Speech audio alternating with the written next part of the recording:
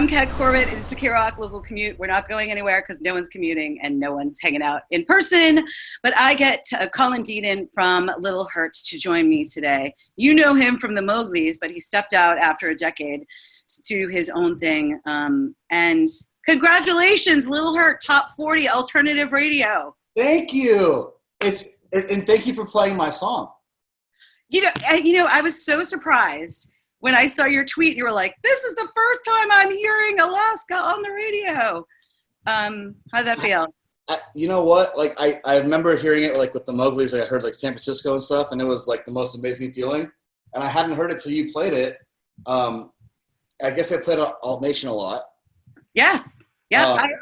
I always feel like it's that thing you do moment on my end and hopefully on the band's end every single time. The best thing is when you're with your family, like in the car, like driving somewhere and your family's in the car with you and your song comes on. There's just nothing in the world that can beat that moment. Because you can also be like, look, I'm not a total screw up. All of this stuff that I was doing. I know I dropped out of like 11 colleges, but like, my song's on the radio, Dad, like give me a hug or whatever. I love that. I love that. So let's talk about Little Hurt. Now, I heard that name comes from Little League. It baseball. does. So like every kid on my baseball team had a nickname. And so I was Little Hurt because of Big Hurt, which is Frank Thomas. I think he played for like the Detroit, whatever, Tigers, Lions. My manager Laszlo would kill me for not knowing the name of that team. Like I'm gonna get a text right after this airs. But so we all just got like nicknames, like you're Little Hurt, and I was like, okay. I just sat in the outfield like chewing on my glove and like picking flowers. I was like, were you good, or are you just no? I was literally just sitting out there like cross-legged, and they were like, the ball would come, and I'd be like, I'm not kidding. I was not good. Okay. Yeah. So you decide to name your solo project Little Hurt. Solo. I mean, you've gone fully solo. I shouldn't say project because this is where you're at. Yeah.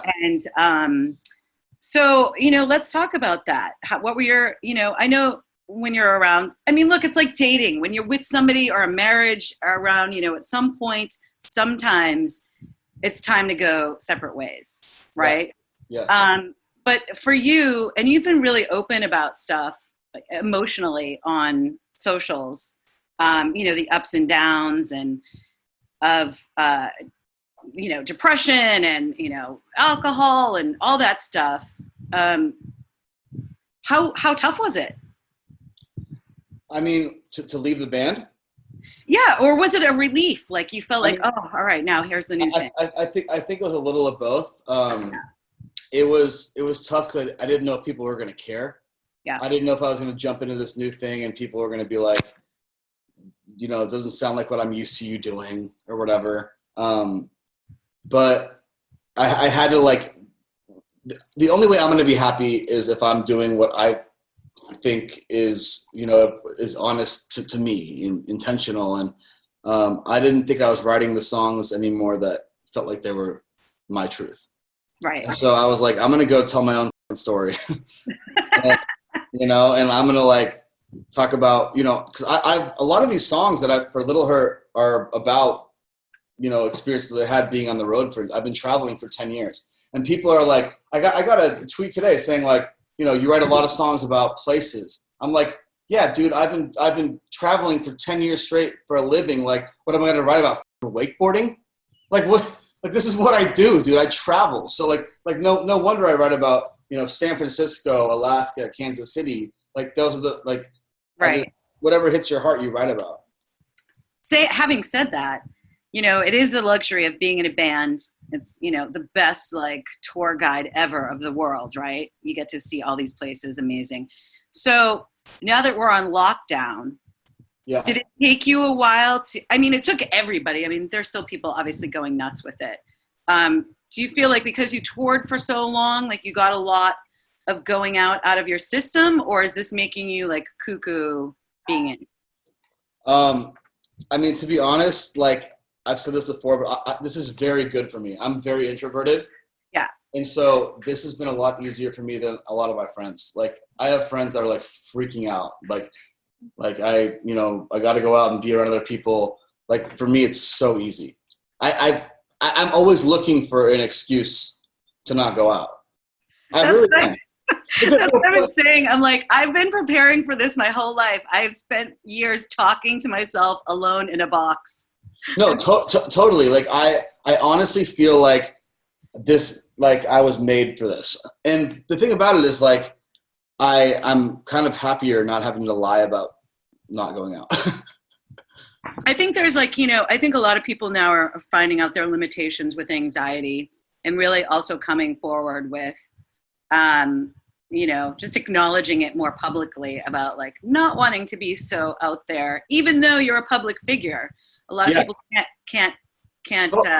That's a really good point. I think the probably the reason why I'm so introverted or whatever is I spent the last 10 years like I work in venues, I work in bars, I play shows, and after every show I go and meet and talk to the fans. You know what I'm saying? So for me personally, I have to be like super aware of everyone else. Like for me, it's a nice break, but that's only because of my experience. Right. You know what I'm saying? Like for someone who craves the attention of other people or to be around them, it must be really hard too. Do you feel productive in this quarantine? I mean, I know you've been writing, but like, is it, or have you been like baking the sourdough bread? Like, what have you been? I haven't. I'm the last man standing on the sourdough bread thing. I haven't done it yet. Literally, I have like 15 friends that are like, here's my sourdough loaf. I'm like, dope. What are you gonna give me some or what's the deal? Your hair looks good. You must have had somebody tend to it.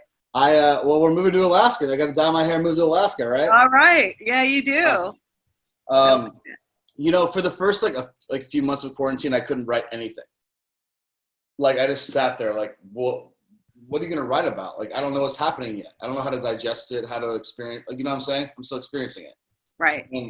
And now I'm writing, I think like the best songs maybe like of my career. Wow. Yeah.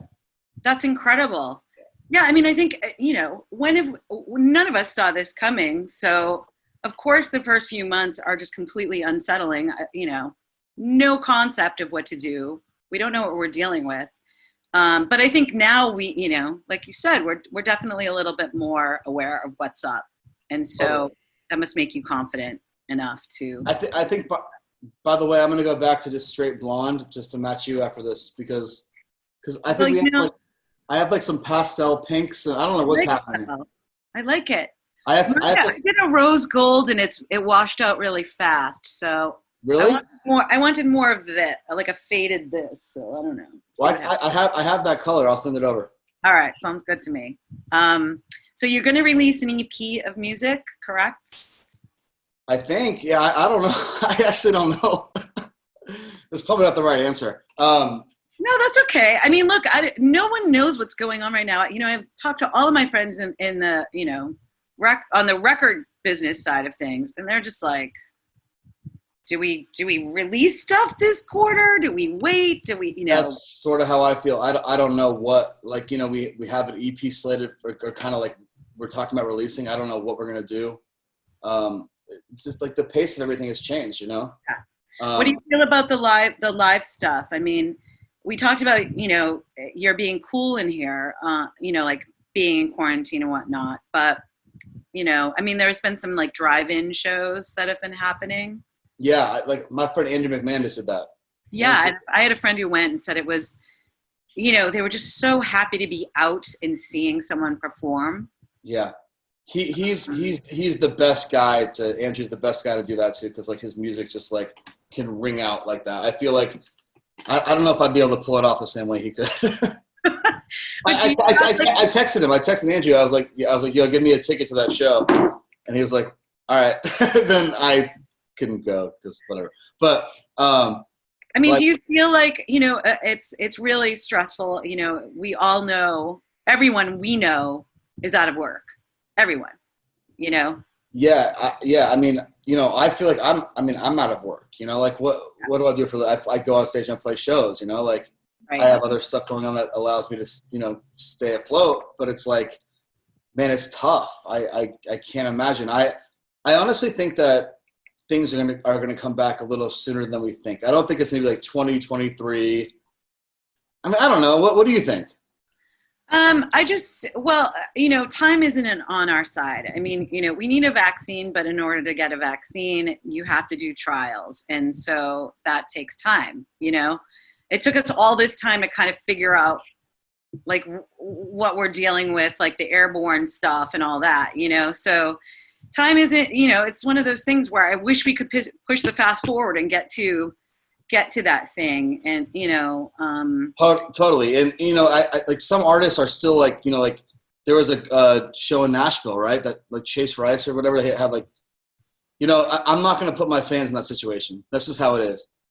Well, it's just really, irresponsible. It is. Cause we have no fucking idea what this thing is, We don't. We have no idea. We're still like the scientists are still trying to figure that stuff out. And, again, it's like, I think it's that time thing. But to get back to what you were saying about the drive-in shows, like I would do that, but it's like, that's like a nightmare for me. Like to think about like the crowd being like that far away. It's not because I wouldn't enjoy it, but I think I would it'd be hard for me to do it. Like, and Andrew's such a pro that he can do that. I would be so nervous. Like I'm more comfortable when they're right in your face than when I play Firefly and there's 70,000 people. Like that's more nerve-wracking for me. You know what I'm saying? Yeah, no, I say this all the time. I would rather introduce a band at the Rose Bowl packed than at the Troubadour. Because dude, totally. You see everybody. It's weird. So you know exactly what it feels like. Like the Troubadour to me is scarier than playing Lollapalooza. Yeah, it really is. It's completely terrifying. Totally. You'll get it if you get on stage, people, one day. Totally. Yep. Well, are you making plans for the next couple of months, or are you just, really just chugging away and, with radio and social stuff? I'm writing all day, every day. That's what I do. I wake up every single day and I go write a song either for my band or I write for a lot of other artists too. Can you name any of them or no? Yeah, but I'm not gonna. Okay. But I write. Well, I think it's amazing. I love that because there are a lot of musicians, more or less the newer ones, who are just like, I can't, I'm not going to do that, and there's some sort of, I don't know, there's some sort of weird vibe about doing it, that it's not like someone else is singing their songs. And I'm of the perspective, it's really a true art to write a song that somebody else can sing and turn it, it's songwriting in itself is an art. And then to give it to somebody else and have that morph into something for them is amazing. That's a very, very, very elevated way to look at it. You're very right about that. It's true.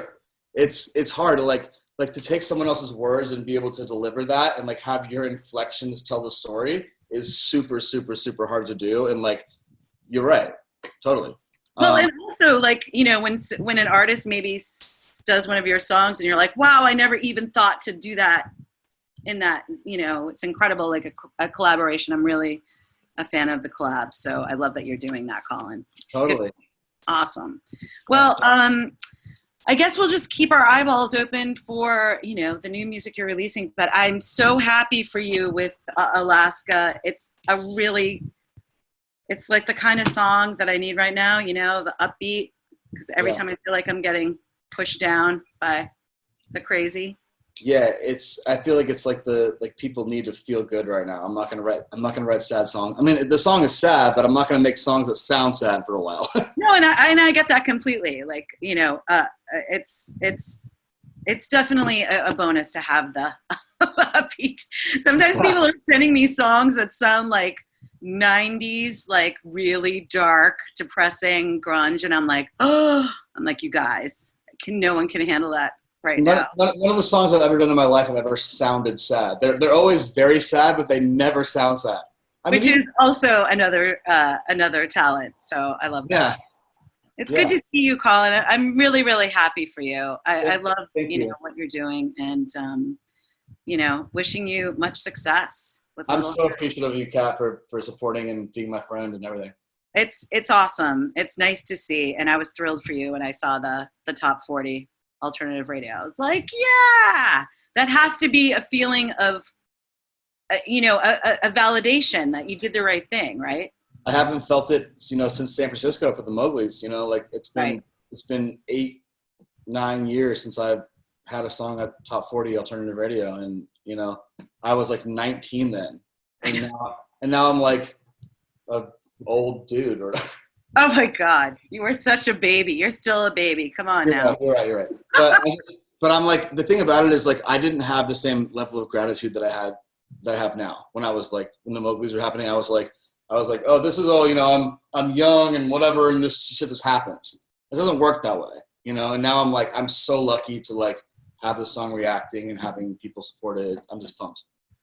Well, congratulations. You know, I'll be listening to more Little Hurt music as it comes out. But thanks for joining me on the chat today. Thank you for having me. Woo!